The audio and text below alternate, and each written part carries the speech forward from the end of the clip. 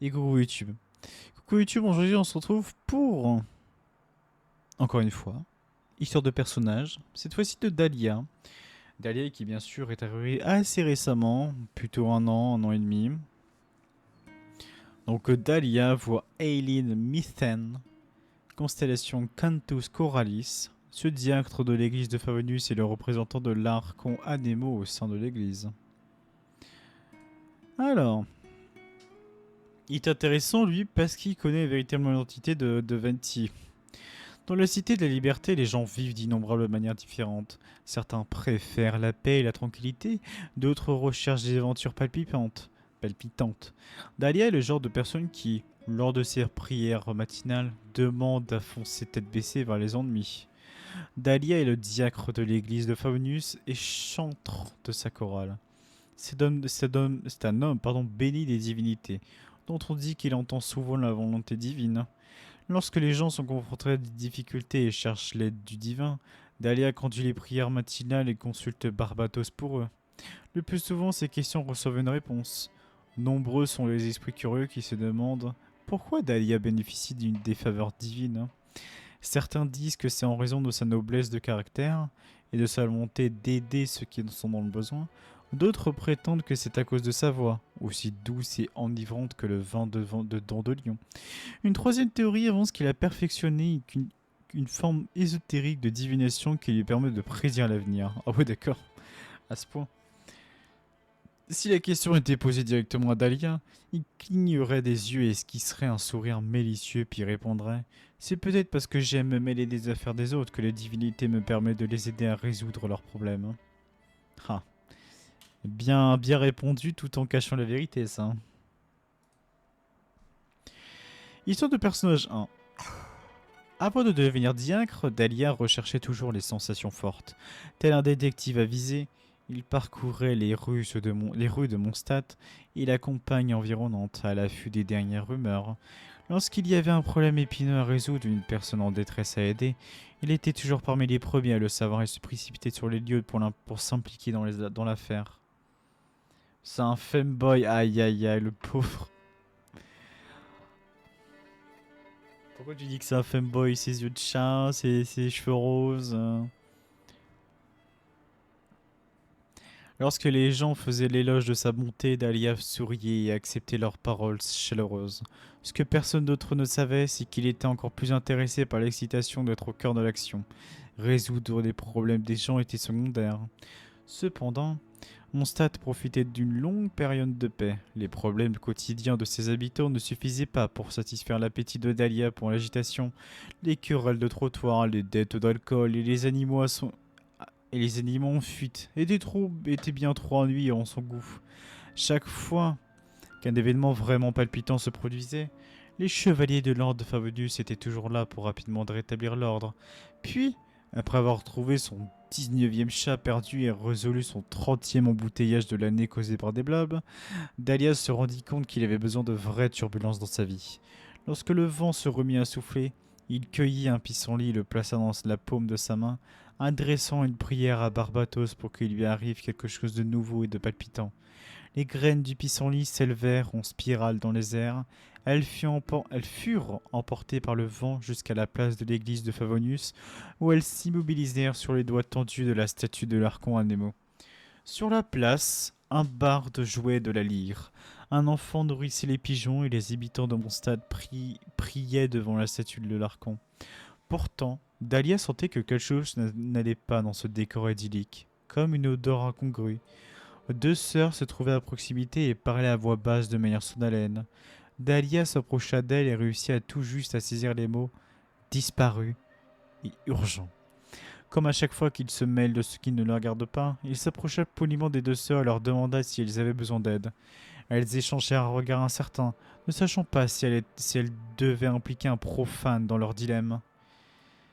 Dahlia tapota sa poitrine de manière rassurante, s'annonçant comme un fervent croyant de l'église et déclarant qu'aider ne serait pour lui un grand honneur.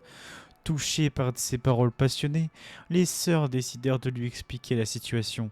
Une des sœurs avait disparu depuis plusieurs jours, laissant en plan une partie du travail dont elle était responsable. C'est ainsi que Dahlia entreprit sa nouvelle mission, pour le bien-être des habitants de Mondstadt. Ah, comme quoi. Au début, c'est vrai que quand je me suis dit, quand il avait dit comme quoi c'est assez ennuyeux d'aider des alcooliques, des chiens, des chats, pardon, perdus, etc., ça ne m'intéresse guère. Au moins, voilà, sa curiosité peut permettre de sauver des vies. Le travail, mentionné par les sœurs, consistait à répondre aux lettres des citoyens au nom de l'Église. D'habitude, les membres du clergé s'acquittent de cette tâche à tour de rôle. Mais alors que c'était le tour de sœur Rosalia, elle avait décidé de quitter la ville pour enquêter et elle n'avait pas donné de nouvelles depuis des jours. Les lettres s'accumulaient depuis. Dahlia prit une profonde inspiration et ouvrit les enveloppes comme du papier à bonbons. Comme des flocons dans une tempête de neige, les lettres s'accumulèrent autour de lui. Tous les problèmes que les gens se sentent incapables de partager avec leurs proches étaient mis à nu devant lui dans ses lettres. Dahlia les lut toutes avec attention. Heureusement, la plupart des difficultés évoquées étaient à sa portée. Une jeune femme avouait être tombée amoureuse d'un homme hors de sa portée et qu'elle ne savait pas si elle devait aller plus loin. Dans sa réponse, Dahlia écrit: les plus belles émotions sont souvent celles que l'on n'exprime pas, mais parfois une décision courageuse peut engendrer de joyeuses récompenses. Les deux options se valent, mais peut-être devriez-vous laisser votre cœur décider. Oh, c'est magnifique, hein. J'adore cette phrase. Un commerçant se plaignait que ses affaires n'étaient pas exceptionnelles et qu'il ne pouvait pas offrir à sa famille la vie qu'il désirait. Dahlia lui écrit dans sa réponse: un rendement modeste vaut mieux qu'une perte. Restez patient et à l'affût de nouvelles opportunités. Peut-être qu'avec le temps, vos finances changeront. Un érudit s'interrogea sur l'histoire du vieux Mondstadt. Dahlia cita des descriptions tirées de textes d'archives faisant foi et rappelèrent poliment à l'érudit que ce n'est peut-être qu'auprès de Barbatos lui-même qu'il est possible de connaître la vérité sur le passé. Le matin du troisième jour, Dahlia était encore en train de griffonner frénétiquement sur son bureau lorsque la porte s'ouvrit doucement. Une sœur qui avait l'air fatiguée entre dans la pièce. Ses vêtements portaient des taches qui pouvaient toujours tout autant être de la boue que du sang. Vous devez être la sœur qui a disparu depuis quelques jours. On dirait que votre travail n'est pas facile non plus.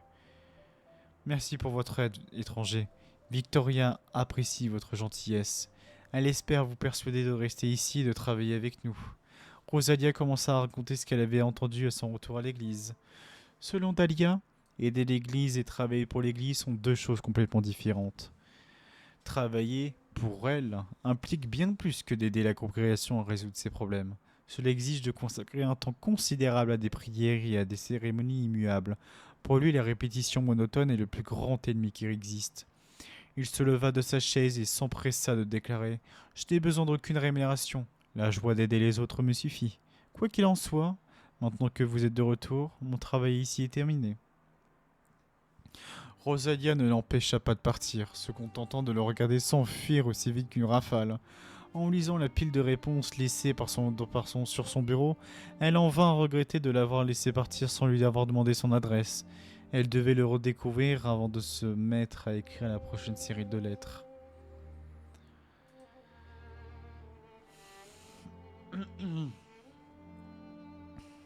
Quelle goutte. Après, oui, c'est vrai que toute cette sagesse qu'il accumule aussi, c'est grâce à Barbatos, hein. Les amis de Dahlia sont pour la plupart de bons buveurs, mais aucun ne peut rivaliser avec Venti. Lors de leur première rencontre, Venti buvait seul à la taverne entouré de bouteilles vides. Dahlia remarqua ses vêtements de barde et pensa qu'il devait s'agir d'un artiste désespéré qui noyait son chagrin dans l'alcool. De ce fait, il décida de l'accompagner pour boire quelques verres. Il l'interrogea poliment, espérant découvrir avec tact la source de ses problèmes. Souffrait-il du syndrome de la page blanche? Sa dernière création avait-elle fait l'objet de critiques négatives? Ses spectacles ne lui rapportaient-ils pas assez d'argent? Finalement, après son 28e verre de cidre, oh la vache, le barde partagea joyeusement la raison de sa beuverie. Cette année, la récolte de fruits avait été très bonne et le vin brassé grâce à ces derniers avait un goût exceptionnellement doux. Le barde appliqua qu'une fois lancé, il avait du mal à s'arrêter. Jusqu'à ce que la pièce se mette à tourner et que tous ses moras disparaissent. Il s'agissait donc simplement d'un pilier de comptoir. Dahlia paya pour les vers suivants, tournée après tournée. Cela continua jusqu'à qu'ils soient tous les deux satisfaits et rassasiés, mais également devenus amis. Une fois, Dahlia invita Venti à boire sur les remparts de la cité pour lui raconter des étranges aventures qu'il avait vécues ces derniers jours. Venti lui demanda curieusement pourquoi il fuyait. Lorsque les gens rencontrent des problèmes difficiles à résoudre, ne se tourne-t-il pas le plus souvent vers l'église pour obtenir de l'aide, comme le souhaitait justement son ami? Dahlia se souvint que sa mère l'emmenait toujours aux prières matinales lorsqu'il était enfant. Trouvant cela ennuyeux, il parvenait toujours à s'échapper, sans oublier de laisser quelques dessins sur les accoudeurs des bancs. S'il rejoignait l'église, il devrait obligatoirement participer à ces cérémonies. De plus, l'épaisseur des textes sacrés lui donnerait la tête qui tourne. Venti lui sourit et lui demanda s'il n'avait pas moyen de rendre les cérémonies plus intéressantes. Par exemple en aidant à transmettre les paroles de l'arc en des mots. Dahlia ne voudrait certainement pas manquer une opportunité aussi intéressante. Ainsi, cette nuit-là, Dahlia obtint un secret de plus à garder. Barbatos, quant à lui, obtint un héros de confiance qui transmettra sa parole. Ah, et c'est comme ça, après moult vers, que Venti lui a dévoilé son secret.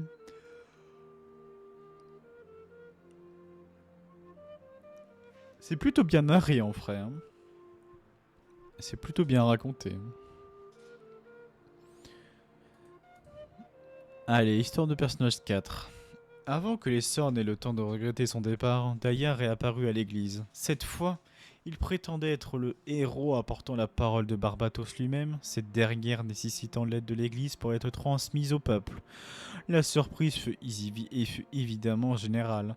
De nombreux cas de charlatans abusant du nom de l'archon pour escroquer les gens du peuple avaient déjà eu lieu, mais jamais quelqu'un n'avait tenté de tromper le clergé lui-même.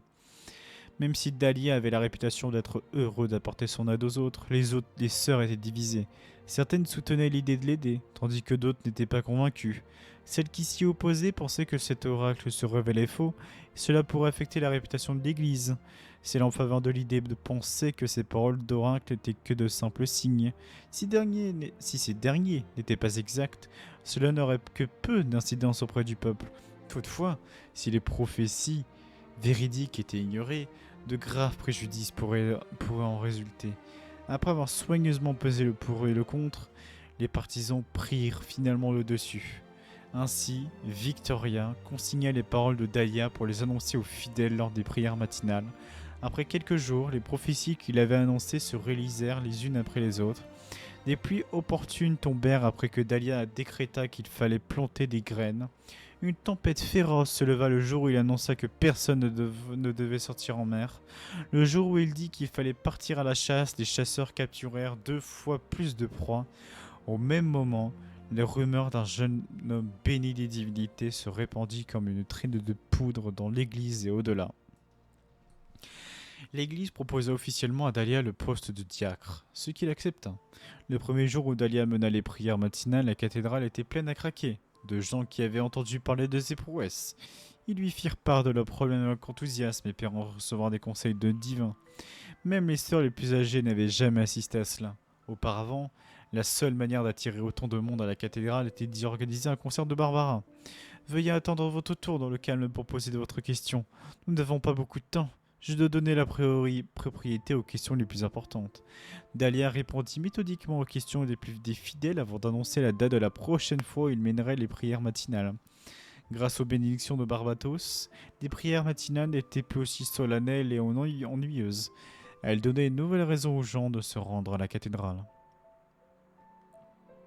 Quel homme, hein. Un jour, alors qu'il était à la recherche d'un membre de la chorale, qui ne s'était pas présenté aux répétitions, Dahlia retomba sur un jeune homme inconscient près de Dosdragon. Les vêtements du jeune homme étaient déchirés et son corps couvert de blessures. Comme il ne semblait pas être de la région, Dahlia abandonna ses recherches et ramena le jeune homme à la cathédrale pour qu'il y repose et reçoive des soins. 2 semaines plus tard, le jeune homme avait totalement récupéré. Souhaitant remercier Dahlia, il se renseigna pour savoir quelle récompense il appréciait le plus. Peu de temps après, Dahlia reçut un cadeau de valeur accompagné d'une lettre officielle. Le jeune homme était un chercheur de Sumeru qui étudiait la flore et la faune dans d'autres régions de Teva. Les zones qu'il étudiait étaient principalement des zones forêts inhabitées, des forêts et des montagnes étendues, et des étendues d'eau.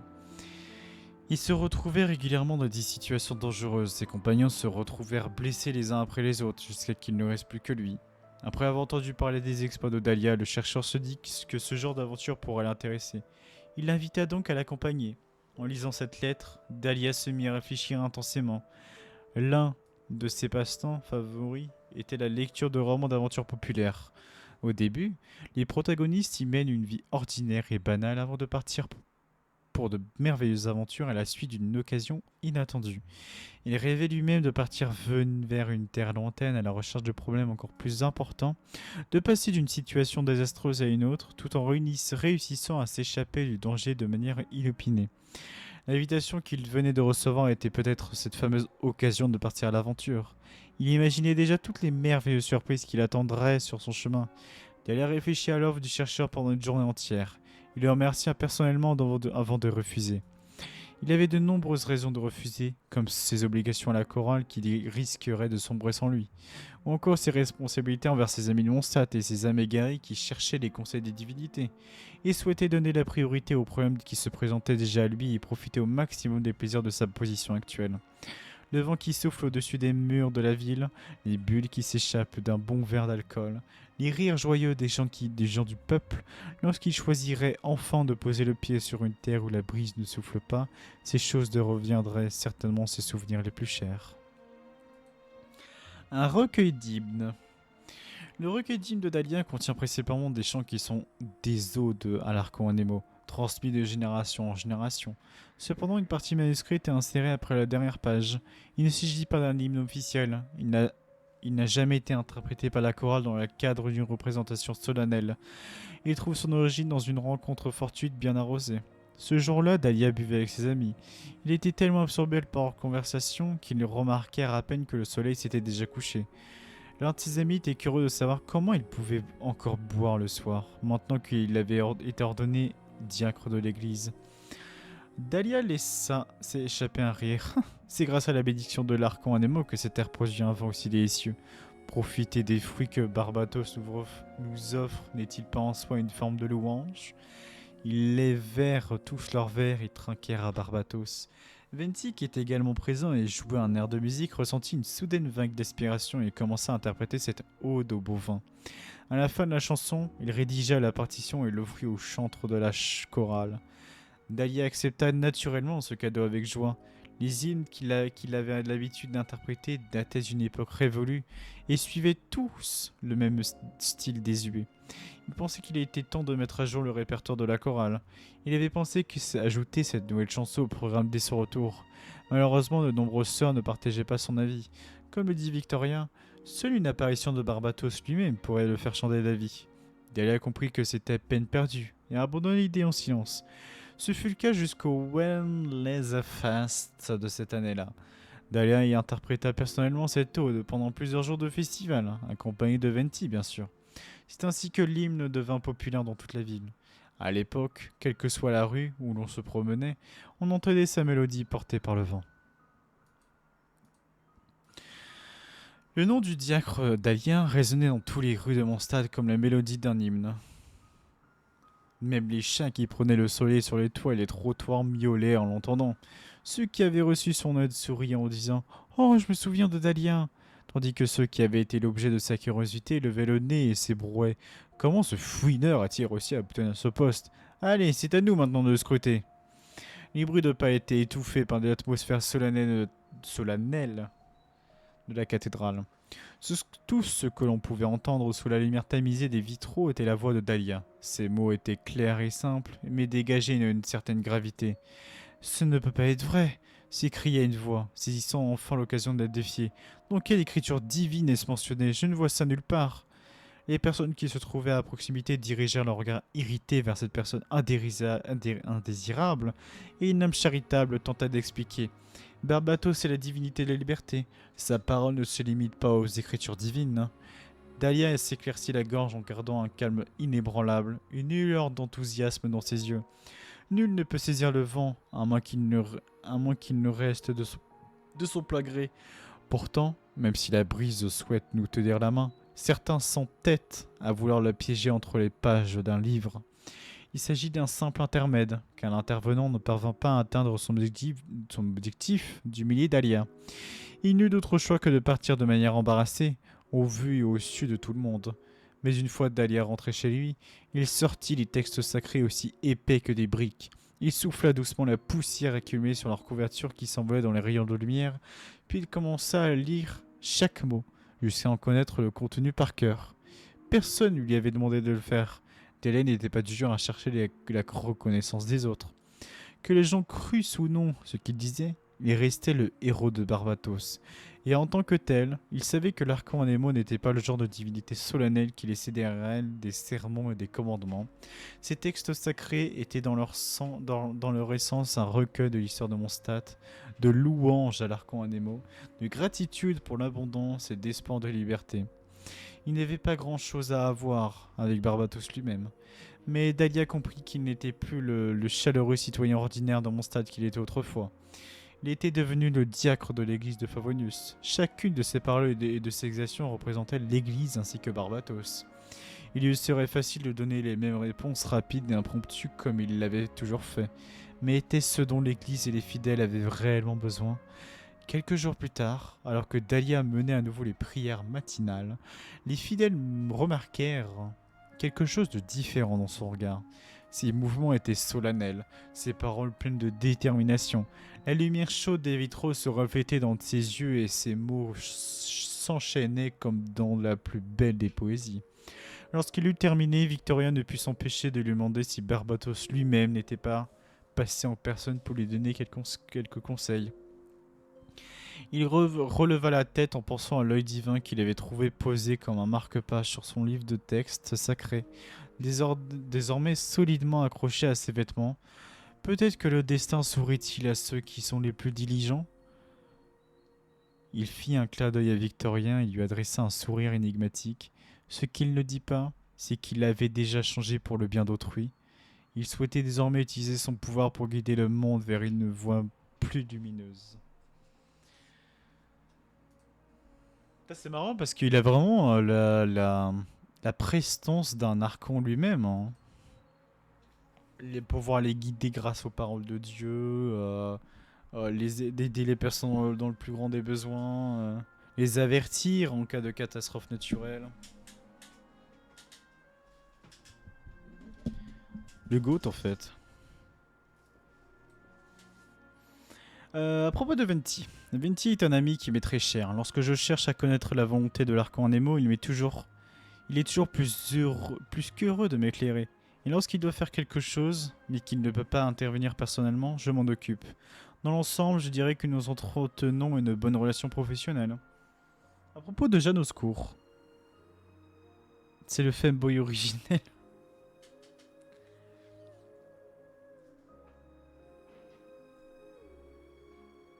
Mais si pour toi c'est un fanboy, est-ce que tu aimes les fanboys ?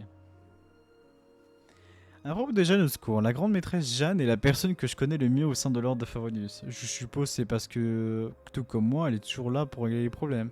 Nous avons cependant des approches très différentes. Je n'hésite jamais à lui faire des suggestions, mais elle a tendance à s'en tenir à sa propre méthode.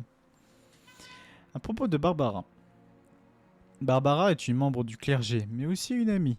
Elle est toujours là pour me soutenir lorsque j'ai besoin d'aide. En retour, je veille toujours à ce qu'elle puisse le faire. J'essaie de l'impliquer le plus souvent possible. Vous trouvez que c'est une drôle de façon de montrer ma reconnaissance ? Je ne pense pas. Barbara est heureuse lorsqu'elle aide les autres. Et si elle est heureuse, ne devrions-nous pas l'être pour elle ? Ah, c'est important ça. Être heureux pour les autres qui sont heureux. Rosalia et moi sommes des amis très proches. J'ai donc l'habitude de ces absences de la cathédrale. Mais lors de notre première rencontre, elle était très fermée. Elle ne voulait pas me parler de ses secrets. J'ai fini par trouver un moyen de le prendre sur le fait à chaque fois qu'elle disparaissait, ce qui l'a persuadé de conclure un accord mutuellement bénéfique. À propos de Kaya. Kaya est mon meilleur compagnon de beuverie. Parfois, je dois négocier un contrat d'un mois de boisson à volonté à la taverne pour Venti. Je ne pourrais jamais y parvenir sans le talent de marchandage de Kaya. Le problème, c'est qu'il ne le sait. C'est qu'il le sait et qu'il s'en sert toujours pour me soutirer des boissons gratuites. Hélas, c'est le prix à payer pour être le héros de Barbatos. Celui à qui l'on fait confiance pour guider le peuple. Sur ce, à l'Arcon Nemo, santé! À propos de Diluc. Diluc est intervenu d'un genre particulier. C'est le seul à ne pas se laisser convaincre par les belles paroles de Kaya. Autrement dit, je ne peux jamais négocier les prix avec lui. À part ça, je ne sais pas grand chose sur l'ancien capitaine de cavalerie. Sauf ce qui se trouve dans la salle des archives. En fait, vous le connaissez sans doute bien mieux que moi, non? Eh bien, si nous allions au cadeau de l'ange pour en discuter. À propos de Clee. Ah, Clee, elle m'a croisé une fois alors que j'étais en train de pratiquer ma technique de la lame de jet sur un hydroblob. Un hydroblob. Elle a adoré. Elle a trouvé que ce serait une bonne manière d'envoyer ses bombes rebondissantes encore plus haut dans les airs. Nous sommes ensuite amusés pendant plusieurs jours ensemble à voir jusqu'où nous pourrions faire rebondir les blobs et les bombes. Jusqu'à que nous faisions exploser un mur près des portes de la cité.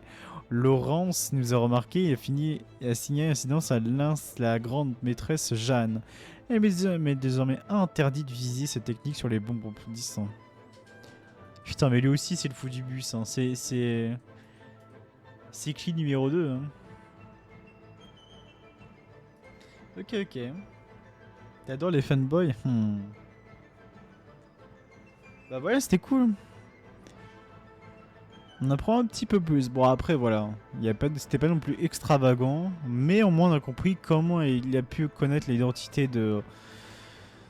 Comment il s'appelle Venti. Alias Barbatos. Des bisous, YouTube.